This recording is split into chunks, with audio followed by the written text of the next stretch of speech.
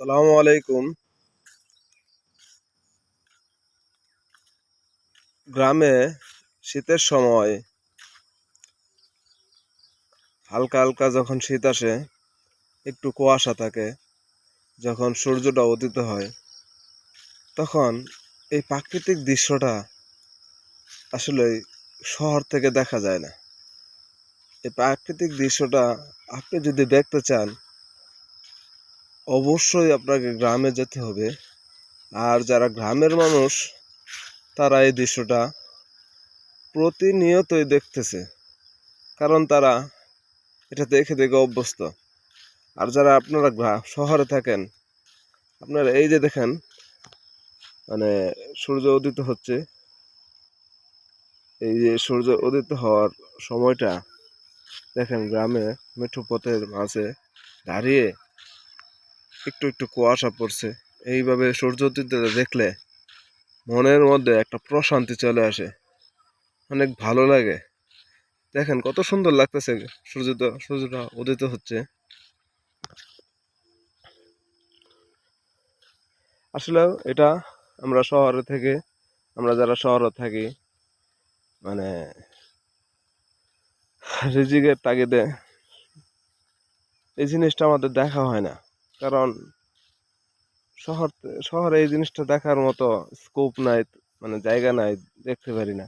কিন্তু গ্রামে যখন আসি, আমি সর্বোচ্চ চেষ্টা করি এই প্রাকৃতিক দৃশ্যগুলো দেখার জন্য। আমার প্রিয় ভাই বন্ধুরা, আপনারা যারা গ্রামে থাকেন, তারা তো অবশ্যই এই সুন্দর সুন্দর প্রাকৃতিক দৃশ্যগুলো দেখেন। আর যারা শহরে থাকেন, আমি তাদেরকে রিকোয়েস্ট করব, যদি একদিনের ছুটিও পান, অবশ্যই গ্রামে যাবেন। গ্রামের প্রাকৃতিক দৃশ্যগুলো দেখবেন। দেখেন ভাই, চতুর্দিকে কত আবহাওয়া, কত সুন্দর প্রাকৃতিক দৃশ্য, যা দেখলেই মনটা ভরে যায়। আসলে গ্রামের একটা জিনিস আমার কাছে সবচেয়ে ভালো লাগে, সেটা হলো গ্রামের মেঠো পথের রাস্তাগুলো।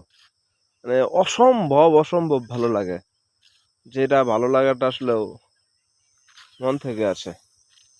আমার বাড়িতে আসলে এই রাস্তাটা সবচেয়ে আমার বেশি প্রিয়, কারণ এই রাস্তাটা খোলামেলা রাস্তা, মানে চারদিকে কোনো কোলাহল নেই, একদম নিরিবিলি রাস্তা। আমার কাছে খুবই ভালো লাগে। আমার এখানে সময় দিতে ভালো লাগে, আড্ডা দিতে ভালো লাগে এই জায়গাগুলা। এই জায়গাটার মধ্যে আমার প্রচুর স্মৃতি রয়েছে।